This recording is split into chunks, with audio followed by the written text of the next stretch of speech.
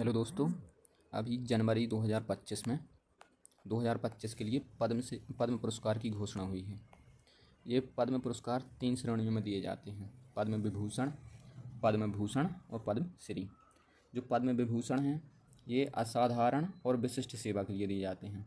जो पद्म भूषण हैं वो उच्च कोटि की विशिष्ट सेवा के लिए दिए जाते हैं, और जो पद्म श्री हैं ये किसी भी क्षेत्र में विशिष्ट सेवा के लिए दिए जाते हैं। अब जो पद्म विभूषण हैं इस बार 7 लोगों को मिले हैं, और जो पद्म भूषण हैं 19 लोगों के लिए मिले हैं, और जो पद्मश्री हैं वो 113 के लिए मिले हैं। जो पद्मश्री 113 के लिए मिले हैं इनमें से 5 पद्मश्री मध्य प्रदेश के व्यक्तियों को मिले हैं, जिनका संबंध मध्य प्रदेश से है। अब इनमें कौन कौन शामिल है, तो इसमें पहला नाम है जगदीश जोशीला का। इनका जन्म हुआ था खरगोन में। इनका मूल नाम जगदीश सिसोदिया था, जिसे माखनलाल चतुर्वेदी जी ने जगदीश जोशीला नाम दिया, और इसी नाम से अपनी रचनाएं करने लगे। इन्होंने निवाड़ी बोली के लिए साहित्य लिखा है। ये जो साहित्य लिखा है इन्होंने लगभग 28 किताबें लिखी हैं, और इनका लेखन है वो संत श्री सिंगा जी से प्रेरित है। संत श्री सिंगा जी के लिए इन्होंने लगभग 778 पेज का एक प्रमाणिक शोध उपन्यास लिखा है।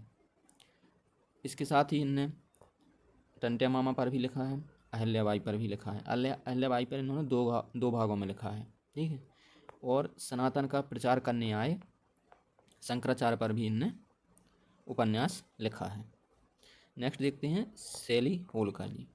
ये माता अहिल्याबाई होलकर राजघराने से ताल्लुक़ रखती हैं, और इनका जन्म हुआ था विदेश में। ये विदेश में जन्म हुआ है इनका।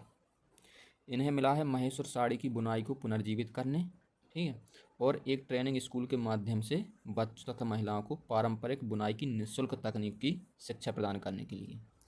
तो इन्हें मिला है व्यापार और उद्योग के क्षेत्र में, ठीक है। और इन्हें जगदीश जोशीला जी को मिला था साहित्य और शिक्षा के क्षेत्र में। तो जो शैली होलकर जी हैं ने 1978 में माँ रेवा सोसाइटी की स्थापना की थी। यह सोसाइटी जब स्थापित की थी उनने तब उसके कारण थे, जैसे साड़ी उद्योग क्षेत्र में मंदी थी, और जो इस क्षेत्र के बुनकर थे उनके सामने भुखमरी का संकट था। तब उन्होंने माँ रेवा सोसाइटी की स्थापना की थी और इनके लिए कार्य किया था। इन्होंने 2006 में एक गुड़ी मुड़ी केंद्र भी स्थापित किया था, ठीक है। इसके बाद इनने एक स्कूल खोला और एक कॉलोनी का भी निर्माण कराया था। स्कूल में बुनकर के बच्चे पढ़ते थे, उन्हें निःशुल्क शिक्षा दी जाती थी, और बुनकरों के रहने के लिए कॉलोनी का भी निर्माण किया था। नेक्स्ट है डॉक्टर बुधेंद्र जैन। इनका जन्म हुआ था सतना में, और जो चित्रकूट में सतना जिले में आता है सदगुरु नेत्र चिकित्सालय है, ये उसके निदेशक भी हैं। तो इन्हें अंधत्व निवारण सेवक और सेवा कार्यों के लिए पद्मश्री मिला है। नेक्स्ट है हरचंदन सिंह भट्टी जी। इनका जन्म हुआ था देहरादून में, और इनका संबंध है भोपाल से। ये एक डिज़ाइनर हैं, ठीक है। तो जो भारत भवन भोपाल के रूपंकर विभाग के निदेशक भी हैं।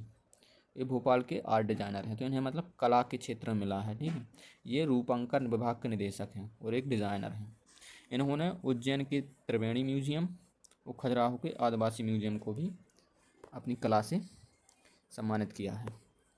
जो भैरू सिंह चौहान हैं ये बजरंगपुरा महू इंदौर के निवासी हैं। ये मालवा में निर्गुण गायकी के गायन के लिए प्रसिद्ध हैं, ठीक है।